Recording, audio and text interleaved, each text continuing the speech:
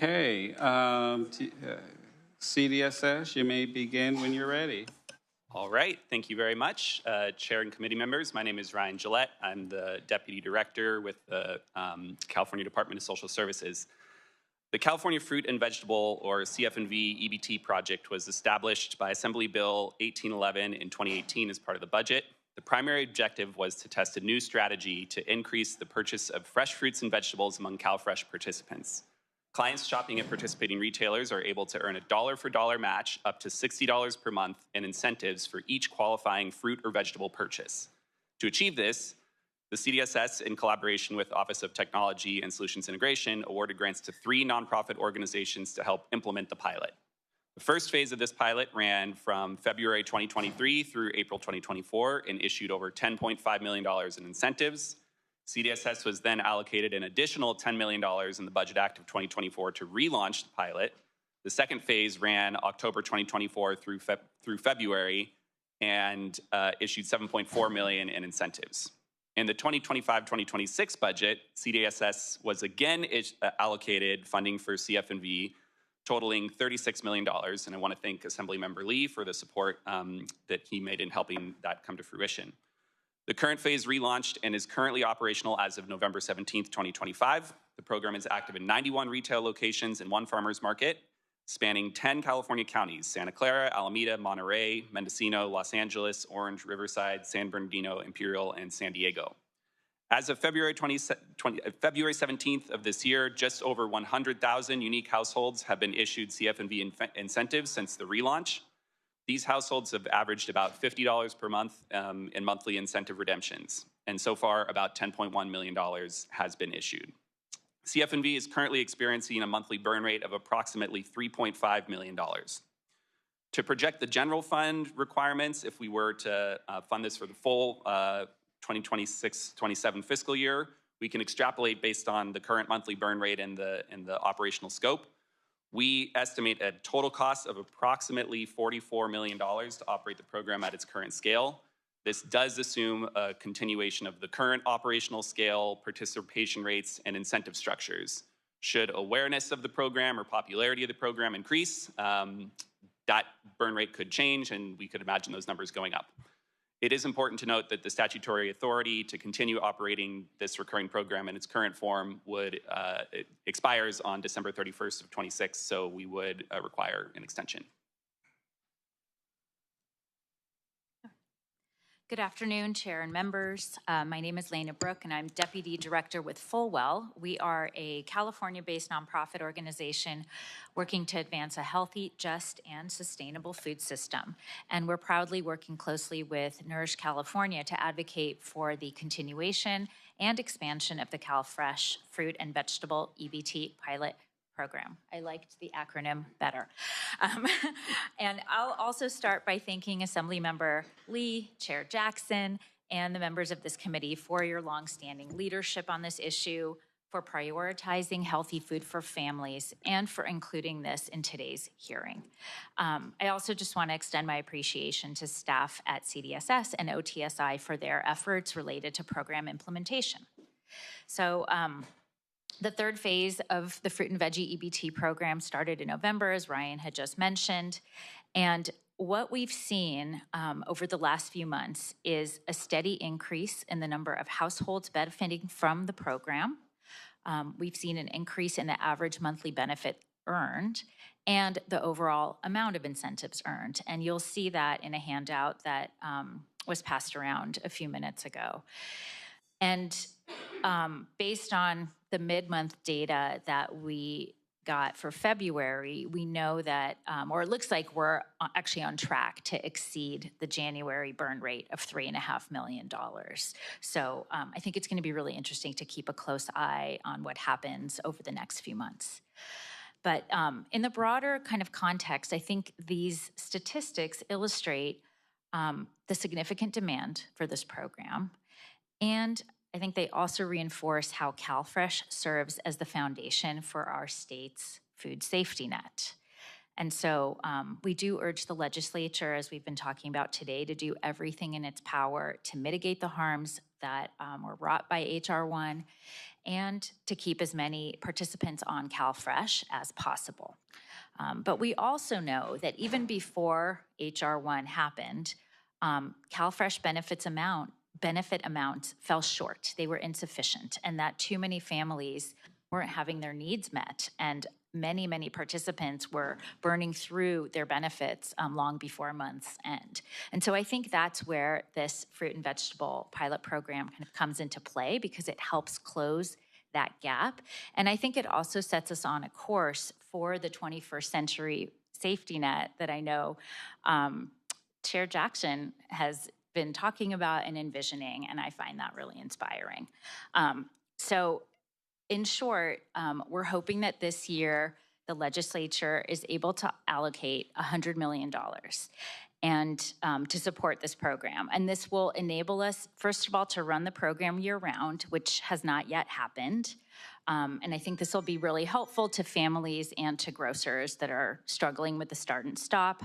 And we're also hoping to see this program expand to many communities that aren't getting served right now, including the Sacramento area, Central Valley, and most of Northern California.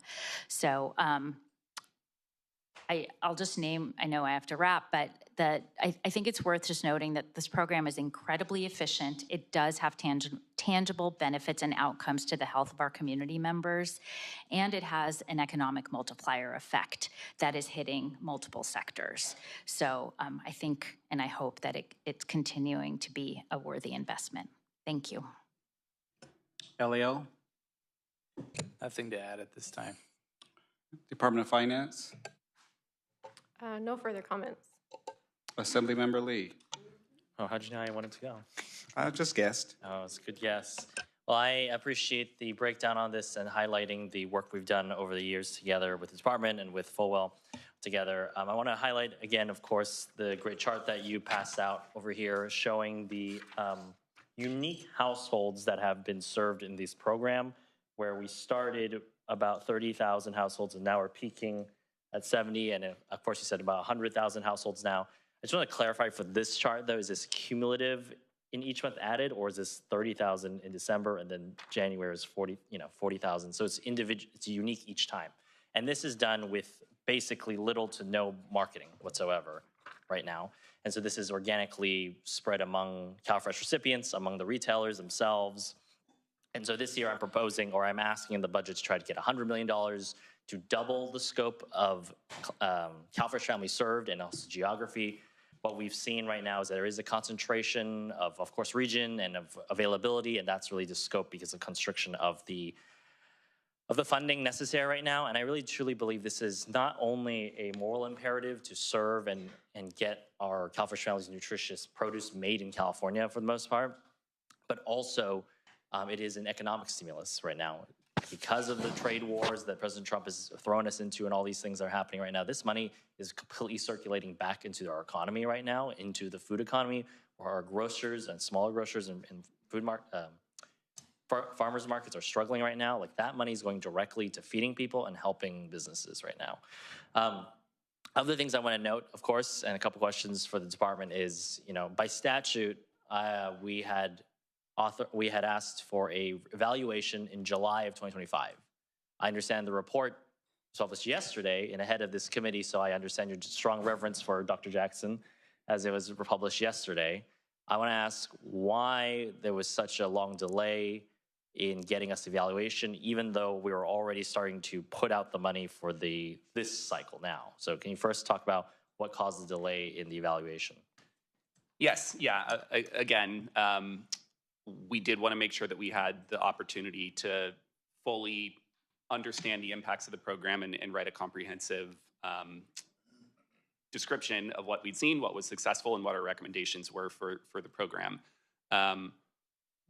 Because this was a pilot, there were a number of considerations that we needed to explore related to what ongoing sustainability of this would look like.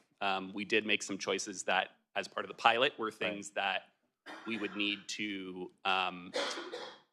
modify if this were going to become something that were a permanent ongoing state program, and getting some of those answers took a little bit longer than expected, coupled with the fact that the federal budget bill that we all have been talking about came out. There's just frankly been a lot on our plates. So I do again apologize for the delay on that, but I'm glad that we were able to get this out to you before, even if only shortly before the hearing. Yes, I just always point this out, and this department is not singularly unique in not getting our statutory deadlines, but it is, I think, an important aspect as we practice our legislative oversight, is that especially when we put them in statute, I think it is important to respect those deadlines. Second thing, I think among some of the recommendations and lessons learned from that report, you talked about wanting better integration with CalSAWS.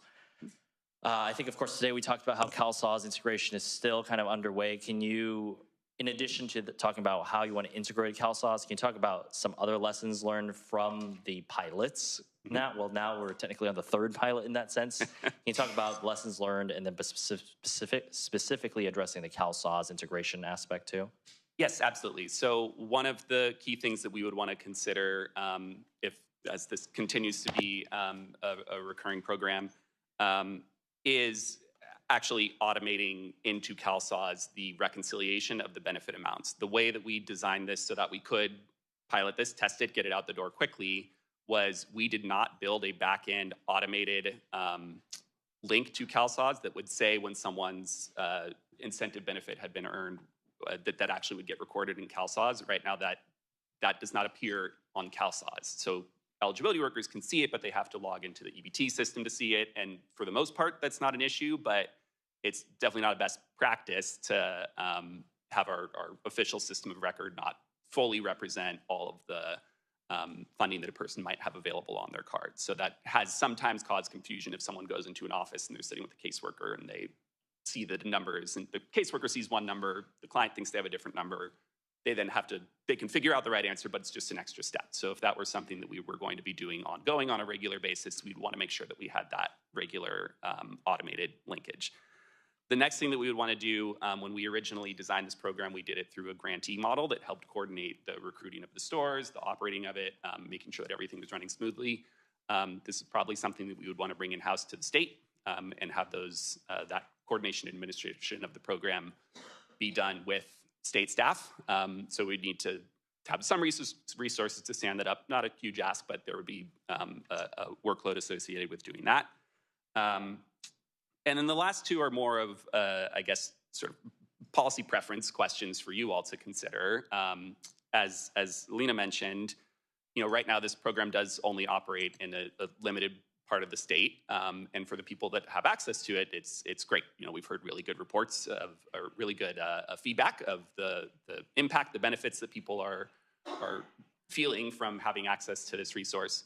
But it does mean that people that don't happen to live in reasonable driving distance of one of these stores don't have access to it. And so we would want to think about how can we scale this to more places, maybe trying to think a little bit strategically around, do we want to focus on food deserts? Do we want to focus on, maybe an online purchase system, something like that, right? The challenge being that as we broaden the scope of people that can access it, the cost can balloon very quickly. So if this were a thing that we made of it, really did want to scale it statewide, really did want everyone to have access to it, it's, $1.5 billion ballpark, right, to run this for a year. I'm not sure how much couch cushion money you have lying around for something like that. So those are the main questions. If we did have a more limited program, though, we didn't want to go all in on that. I think we would want to think a little bit more as well about if there's any way to smooth the turning on and off of the program, the ratcheting of it, so that there's not as much of a uncertainty of if someone's going to show up at the store and not know if they're going to be able to earn that incentive or not. And on that ratcheting effect, we've had two program pauses when the money was just completely burned down. Once after March 2024, and then once after around February 2025. Has the Department of Finance or your department seen any sort of cost inefficiency or basically wasted costs basically from having to stop and restart the program each time like that? There are some costs. They're not huge. There is a little bit of messaging that we have to do, that the retailers have to do to basically tell people that the program is shutting down. I'd say it's more of a sort of client burden administrative friction, but it's not a significant cost to turn it on and off. Okay, very good. Yeah, again, I just want to highlight this, how important programs like this are, and especially if we have a social safety net of the 21st century, although I would argue this is a Victorian age idea, so we're finally coming to fruition from a 19th century idea, but we're finally getting to the point where we can get, I think our goal will be universal coverage of fresh produce grown in California for all people. And this is one of those ways we can give back and have it a circular economy. So just uplift for the subcommittee how important and beneficial it is for so many different sectors. And I look forward to diving into the report more thoroughly now that it's been published. Thank you. Thank you very much, Assemblymember Lee, and thank you for your leadership on this issue. Obviously, I understand the $100 million ask. Can you separate that number between which part of that is expansion and which part of that is making it year-round? Yep, great question. So right now, we don't know. We don't have great confidence as to what a burn rate could look like on this program, given the current number of locations where it's operating, because we really have at our disposal like 2.5 months of data to work with, which is what you have. Ryan just shared that there's an estimate of $44 million if it was operating at $3.5 million. I think the minute it goes up, which we think it will in February, that number is going to change. So what I would love to do, if you're comfortable with it, is to circle back to this conversation, maybe even in a week or 2 weeks once we have the full February month data at our disposal, and that'll give us 3 months to look at, all of December, January, and February, to have a sense as to whether our burn rates are increasing or not, or whether they're plateauing. We just don't have enough information right now to be able to give a really confident estimate.